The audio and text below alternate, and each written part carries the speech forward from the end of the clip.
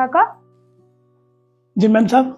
हम 4-5 दिन के लिए गांव जा रहे हैं। हमारे गांव में शादी है, तो आप एक काम करिए, आप भी अपने गांव हो आइए। गांव? भला मैं गांव जाकर क्या करूँगा? मुझे यहीं रहने देते, घर की देखभाल भी हो जाएगी और मैं घर की निगरानी भी करता रहूँगा। अरे पर आप गांव के नाम से इतना घबरा क्यों रहे हैं? आप भी हो आइए अपने घर। आप बच्चों से मिलोगे तो बहुत अच्छा लगेगा। हाँ काका, मम्मी जी बिल्कुल ठीक कह रही हैं। और आपको गांव गए कितना टाइम हो गया है, आपको भी तो याद आती होगी ना बच्चों की। और 1 मिनट रुकना तरुण, वो पैसे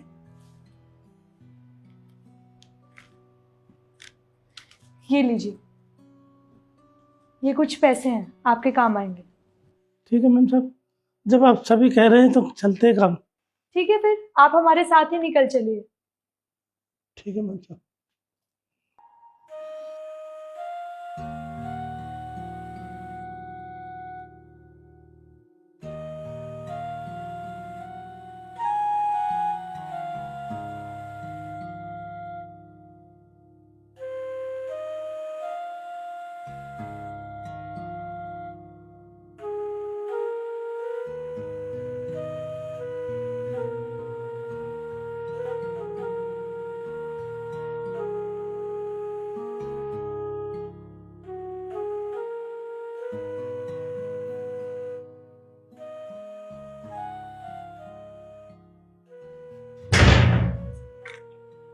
काका, आप भी हमारे साथ चलिए, मैं आपको बस स्टैंड पर छोड़ दूंगा। अरे नहीं नहीं साहब, मैं निकल जाऊँगा, आप जाइए। चलो ध्यान से जाना। हाँ हाँ ठीक है साहब। ठीक है, चलता हूँ, राम राम। राम राम साहब, आप भी आराम से जाना साहब।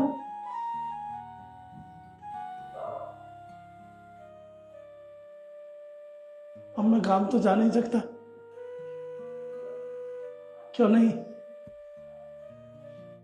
दरवाजे पे लेट जाता हूँ। 2-4 दिन की तो बात है, घर की निगरानी भी हो जाएगी और मेरा भी टाइम कट जाएगा। ये सही रहेगा।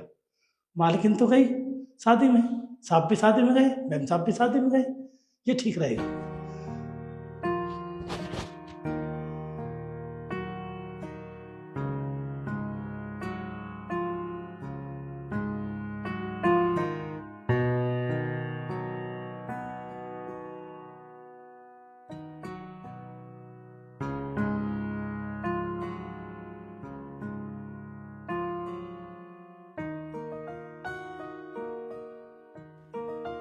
मैं फोन कर देती हूँ उनके पास। अरे मेरा फोन तो शायद ऊपर ही रह गया। अच्छा तुम रुको, मैं लेकर आती हूँ। तरुण बेटा चाबी देना, मैं फोन लेकर आती हूँ।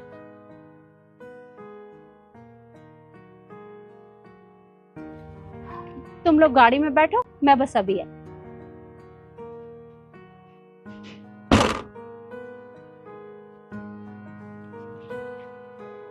वैसे तुमने अपना सारा सामान तो रख लिया ना, अच्छे से चेक कर लिया है? हाँ मैंने रख लिया। मौसम खराब सा लग रहा है मुझे। हाँ, सुबह से बारिश हो ही रही है।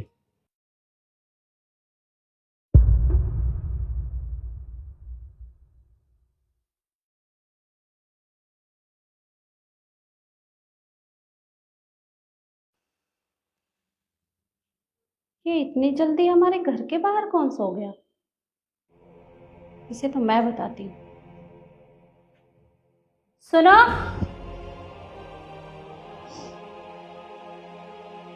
मालकिन आप तो शादी में गए थे।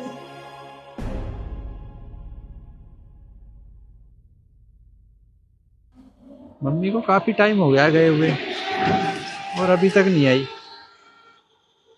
चल के देखे क्या एक बार? हाँ देख लेते हैं, मेरे को प्यास भी लग रही है, पानी भी पी लूँ। चलो। चलो गाड़ी लॉक कर देता हूँ।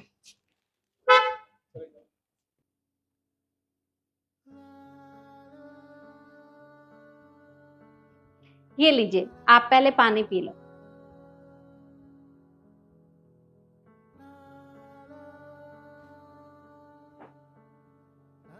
हम आपका नीचे इंतजार कर रहे हैं और आपको इतना टाइम कैसे लग रहा है? काका, आप घर नहीं गए? क्या हुआ? वो बेटा इनकी मजबूरी थी जिसकी वजह से ये गांव नहीं गए। मजबूरी? काका क्या मजबूरी है जो आप घर नहीं गए? आप यहाँ क्यों सो रहे थे? आप गांव क्यों नहीं गए? मैंने सोचा कि मालकिन 2-4 दिन की बात है, क्यों नहीं मैं घर के दरवाजे पे लेट जाता हूँ, घर की निगरानी भी हो जाएगी और मेरा भी टाइम कट जाएगा। अरे पर हमने तो आपको इसलिए कहा था कि आपको कितने दिन हो गए हैं अपने घर गए। आप घर जाते, बच्चों से मिलते तो आपको अच्छा लगता। मालकिन कौन सा घर, कौन से बहू बेटे? वो बहू बेटे जिन्होंने मेरे को 1 मिनट में घर से बाहर निकाल दिया बहू के कहने पर। उस बेटे को मैंने पढ़ाया लिखाया, सब पानी में फेंक दिया, सब बराबर कर दिया। मैंने सब, मैं नहीं जाऊँगा। आखिर मैं भी इज्जत रखता हूँ, कोई बहू बेटा नहीं है। मैं उस काम नहीं जाऊँगा जिसमें मेरी इज्जत नहीं होती। आज से मैं यहीं रहूँगा। मैम साहब मुझे कहीं मत भेजो, मैं तुम्हारे हाथ जोड़ता हूँ। देखिए आप रोइए मत, आप एक काम करिए, ये लीजिए चाबी, आप अंदर चलिए। हाँ हाँ जी मालिक।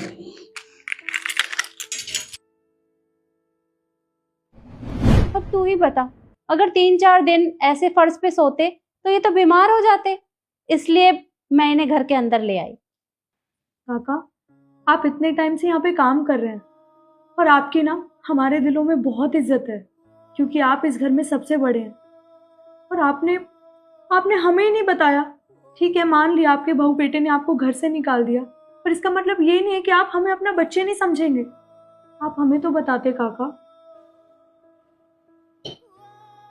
मैम साहब मैंने बताने की बहुत कोशिश की थी पर आपकी समझ में नहीं आया। आपको कहीं जाने की जरूरत नहीं, आप यहीं रहिए। बिल्कुल सही कहा है रिद्धि ने, आपको कहीं जाने की जरूरत नहीं है। अगर हमें पता होता ना तो हम आपसे बोलते ही नहीं जाने के लिए।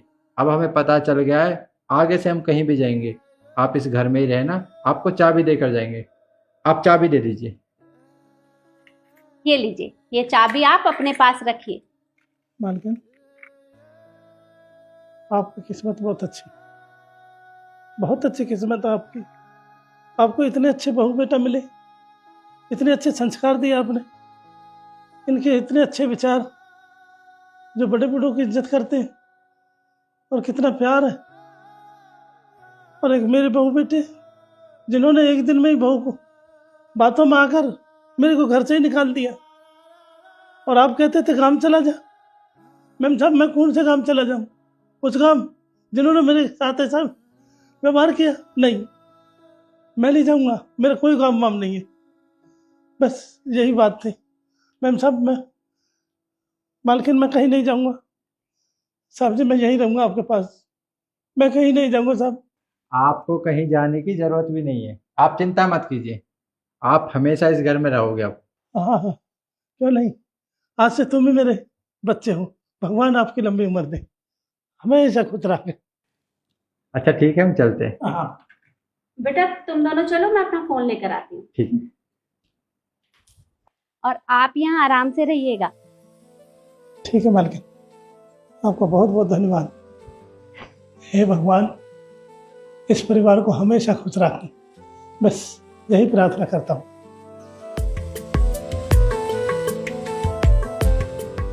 अभी और कितना दूर जाना है? मुझे बहुत दर्द हो रहा है, अब मुझसे चला नहीं जा रहा। देखो तुम चिंता मत करो, कुछ नहीं होगा, बस थोड़ी हिम्मत रखो। मेम साहब आपसे हाथ जोड़ के विनती है, हमारी मदद कर दीजिए। वो क्या है ना, हम आज सुबह गांव से आए हैं और मेरी बीवी पेट से है, इसका इलाज होना था। वो गांव में ना डॉक्टर ने कहा था कि इसके पेट में बच्चा जो है ना वो पलट गया है, शहर में ही इसका अच्छे से इलाज हो पाएगा। हमें रहने के लिए 1 दिन के लिए छत चाहिए, आप हमें अपने घर में रख लीजिए, बस 1 दिन की बात है, कल सुबह हम चले जाएंगे।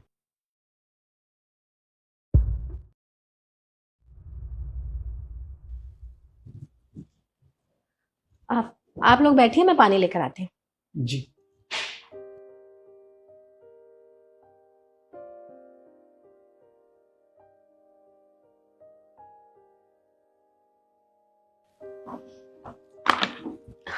पानी पीजिए। लो।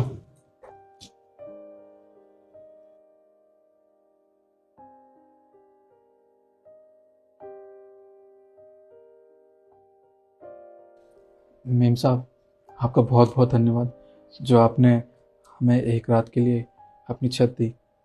अरे कोई बात नहीं, ये सब बोलने की कोई ज़रूरत नहीं है। वैसे तुम लोग यहाँ पे किसी के घर आए थे, किसी से मिलने आए थे या किसी के रेफरेंस से आए थे? जी मेम साहब, वो क्या है ना कि यहाँ शहर में हमारे बड़े भाई रहते हैं। जब हमने उन्हें अपनी बीवी के बारे में बताया तो उन्होंने कहा कि यहाँ शहर में आ जाओ, यहाँ बहुत अच्छा डॉक्टर है। अब वो उनके जान पहचान का है, यहाँ मेरी बीवी का इलाज अच्छे से हो जाएगा। इसलिए हम आज सुबह की बस से यहाँ शहर में आ गए। तो फिर आप लोग उनके पास क्यों नहीं गए? मेम साहब, क्या है कि उन्होंने हमें अपना पता दिया था, पर हम लोगों से ये पता दिखा रहे हैं तो वो कह रहे हैं ये तो यहाँ का है ही नहीं, ये कहीं बाहर का है। अब हमें समझ नहीं आ रहा, अब क्या करें। आप लोगों को एड्रेस नहीं मिल रहा, ये तो मुझे समझ में आता है क्योंकि आप लोग गांव में रहते हैं, आपको शहर के बारे में कुछ पता नहीं है। पर यहाँ के लोग मना कर रहे हैं। आप एक बार मुझे दिखाइए एड्रेस। जी, ये लीजिए।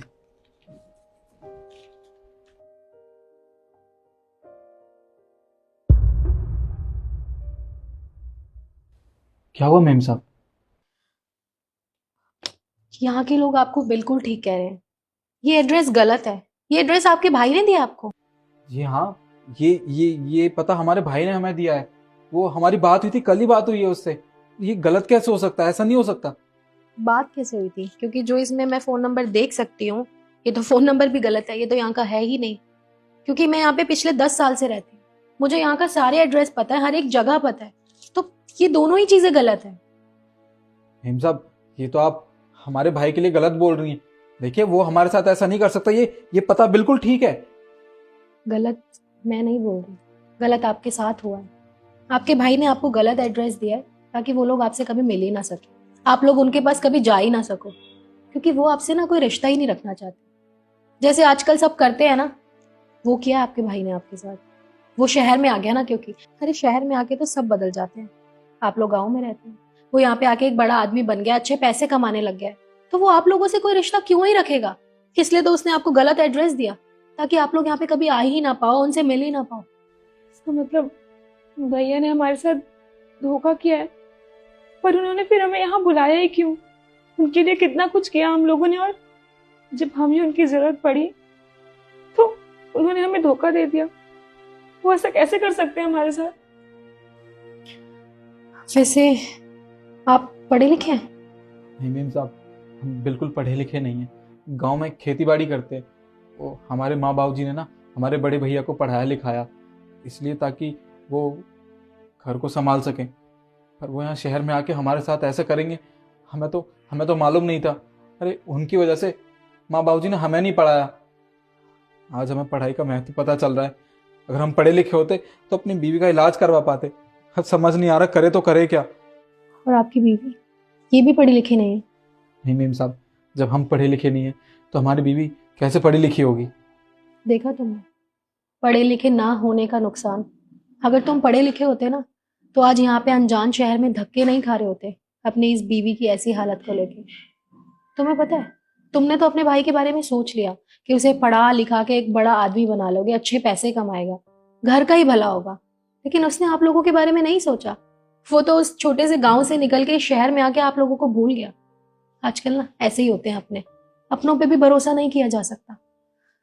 पर खैर छोड़ो, अब जो हो गया सो हो गया, उसे हम बदल नहीं सकते। मेम साहब, हमें तो समझ नहीं आ रहा हम क्या करें। ना हमारे पास पैसे अपनी बीवी का इलाज करवाने के लिए, और कुछ समझ भी नहीं आ रहा। हमारे भाई ने पता भी गलत दे दिया, हम उससे मिल भी नहीं सकते। तो करें तो करें क्या? तुम 1 मिनट रुको, मैं आती हूँ। 1 मिनट।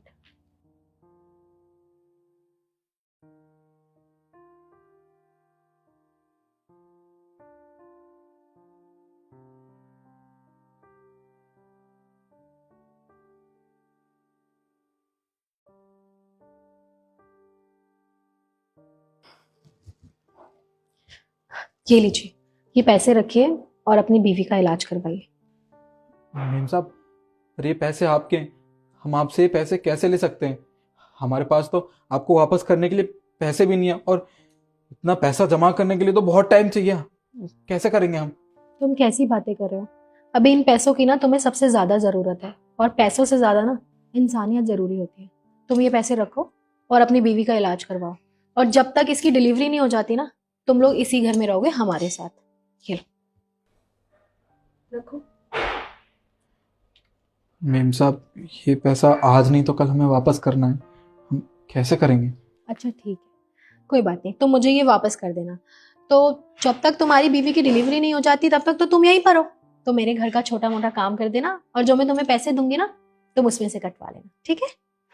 जी मेम साहब, आपने आपने ये पैसे दे के हम पे बहुत बड़ा एहसान किया। आजकल आप जैसे लोग बहुत कम देखने को मिलते हैं। एक तरफ मेरा सगा भाई जिसने अपने छोटे भाई की बिल्कुल परवाह नहीं की, और आप पराये होने के बावजूद भी हमारी इतनी मदद कर रहे हैं।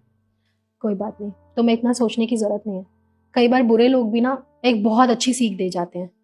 बाकी तुम लोग आराम करो, मैं तुम लोगों के लिए कुछ खाने के लिए भिजवाती हूँ।